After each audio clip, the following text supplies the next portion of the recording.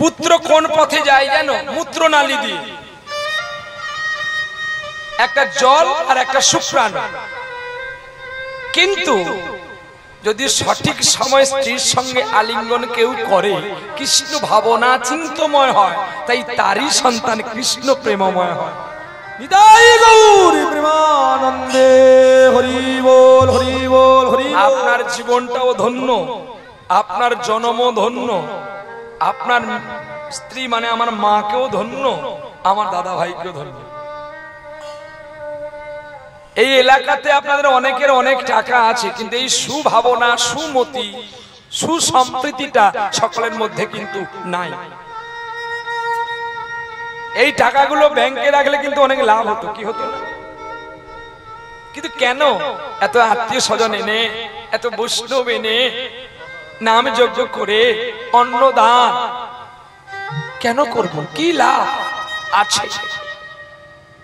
যে লাভ করেছিলেন আমার মহাপ্রভু। মহাপ্রভু বড় যুক্তিবাদী ছিল। মহাপ্রভু কখনো হরিনাম গাইতে এতটা প্রেম আসেনি, কিন্তু প্রেম দিয়েছিল কে জানেন? নিতাই চাঁদ। আর নিতাই চাঁদ গৌরকে ধরে বলেছিল, কাঁদিয়া কাঁদাতে হবে, ওরে জগজন মানিল রে।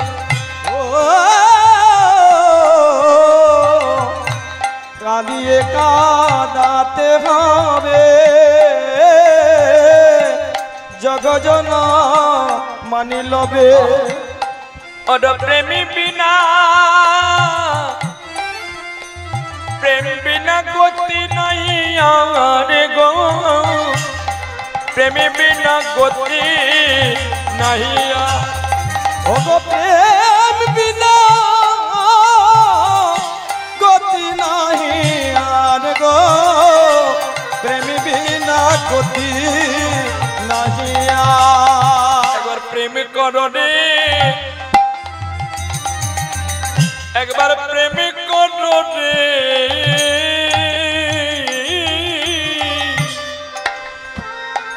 একবার প্রেম করো রে।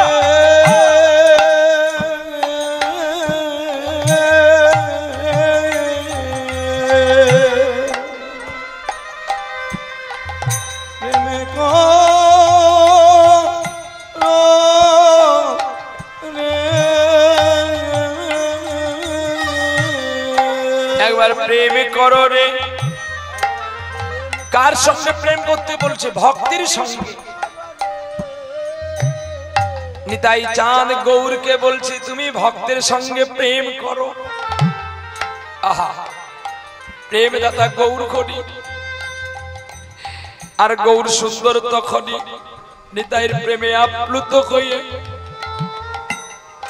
আজ গৌর কৃষ্ণ নাম গিয়েছিল। ওরে নয়নেতে প্রেমের বাণী কেঁদে কেঁদে বলছে আমার গৌর হরি।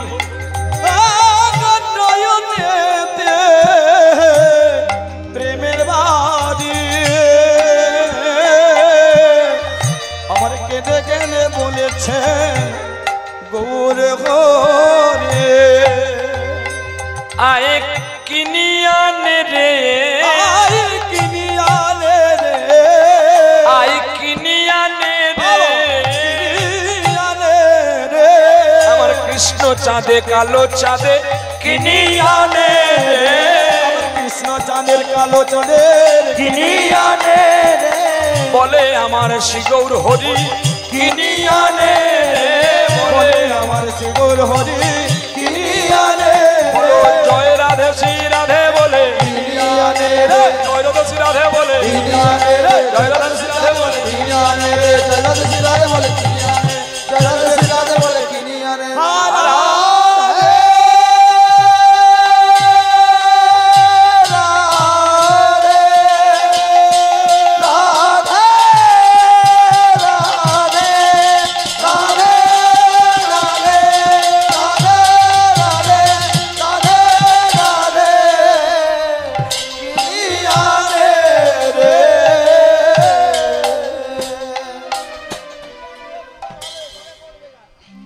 আমায় কিনি আনে রে বলেনি গৌর হরি, বলে গৌর হরি।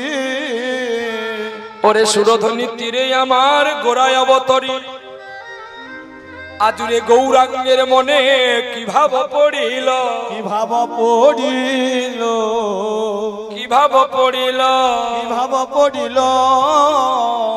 সুরধনীর তীরে গোড়া দান শিরজিল, দান শিরজিল। দান দেহ দেহ বলি ঘনে গোড়া ডাকে, ঘনে গোড়া ডাকে। ওরে নদিয়ার নাগরী তারা পড়িল বিপাকে। ও গো নদিয়ার নাগরী, দিবি তো দেহটা। কি গো মহাপ্রভু যদি বলে তাহলে আমি তোদেরকে তোদের স্বামীকে বাঁচিয়ে দেব, তোদের দেহটা আমাকে দিতে হবে, তাহলে কি করবে? মহাপ্রভুকে দেহটা দেবে তোমরা কেউ? হ্যাঁ কেনা বলবে তো, বলবে এ কি হতর ছাড়া ও বাজে ছেলে রে বাবা, হ্যাঁ দেহ দেওয়া যায়? বলে মহাপ্রভু বলছে আমি তো তোদের মতো সাধারণ মানুষ নয়, এই দেহটা তো আমি বানিয়েছি। আজকে রূপবতী তুই কার জন্য? আমার জন্য। তাহলে আমার রূপে রূপী তুই আমাকে দিবি না? আচ্ছা বলো তো মা, তুমি এত সুন্দর দেখতে, তুমি কোন জিনিসটা ছাড়া তুমি তোমার নিজের মুখ দেখতে পারো না? বলো তো, বলো কে? নাম কি? তুমি কি মা না বাবা?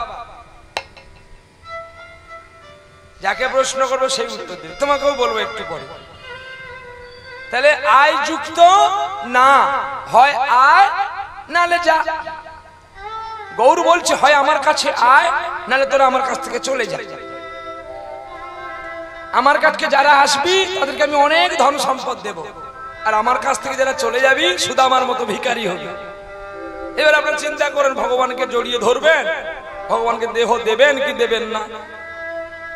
তখন ব্রজের নারীরা, নদিয়ার নাগরীরা বলছে আমরা তোকে দেহ দেব হত ছাড়া নিমাই, তা আমাদের এই রূপ দেহ নিয়ে তুই কি করবি? তখন গৌরী ব্যাখ্যা করছে, তোমরা যে মনে ভেবেছো খারাপ উদ্দেশ্য, আমি সেটা ভাবিনি। বলছি মা গো, তোমাদের দেহ নিয়ে আমি কি করব জানো? আমার এক নয়নে প্রভুকে দেখা হয় নাই, তাই তোমাদের সকলের নয়নের জ্যোতি নিয়ে আমার গোবিন্দকে দেখব।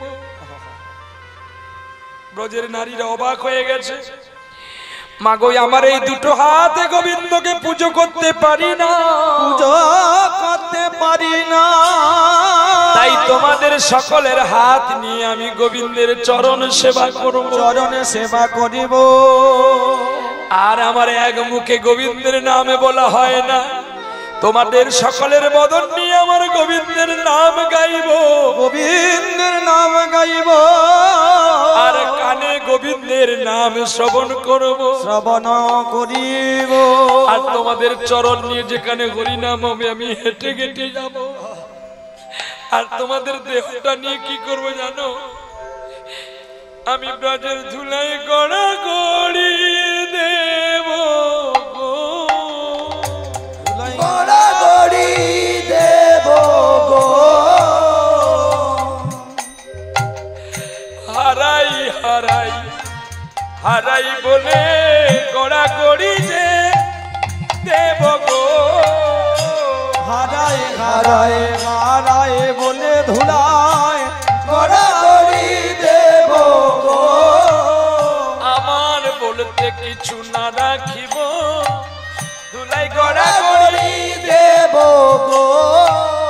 আস্তে সকলে ছুটে এলেন ব্রজ গোপীরা, নদিয়ার নারীরা দধির ভাণ্ড দুধের ভাণ্ড ফেলে দিয়ে নিমাইকে জড়িয়ে ধরে কাঁদছে, ওরে নিমাই রে, আমরা তোকে বুঝতে পারিনি, আমরা তোকে খারাপ ভেবেছিলাম, আমরা রূপবতী নারী ভেবে আমাদের রূপ যৌবন দেখে তুমি তাই ভেবেছো।